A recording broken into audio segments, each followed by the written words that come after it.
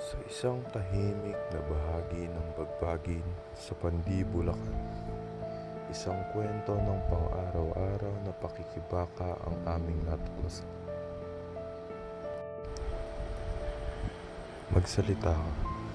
Ano ang totoong kalagayan ni Prince Hayden D.C. Martin? Araw-araw po namin siyang nakikitang umaalis ng maaga. Isipin mo, 40 to 50 minutes yung biyahe niya araw-araw papasok sa Bulacan State University.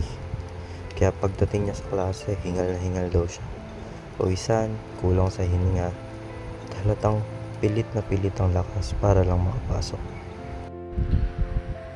Totoo ba ang balitang parang laging wala sa sarili si Hayden?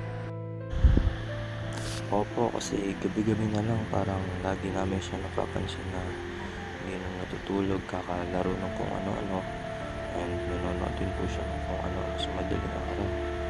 Kaya minsan inaabot na po siya ng umaga. Kaya yun, parang wala po siya sa sarili kinabukasan.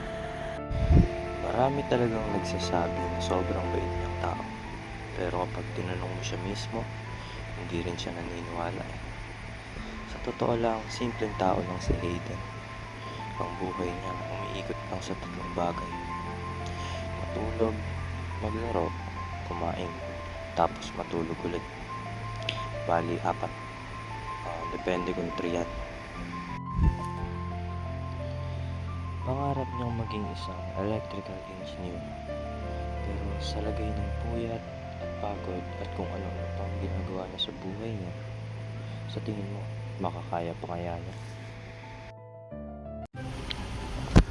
Uy, hello.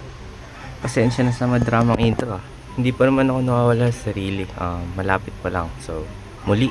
Ako nga po pala si Prince Hayden D.C. Martin, isang electrical engineering student ng Bulacan State University from Bagbagin, Pandi, Bulacan. Mahilig akong kumain, matulog at maglaro at iba pa. Yun lang. Maraming salamat sa pakikinig at panonood. Bye-bye!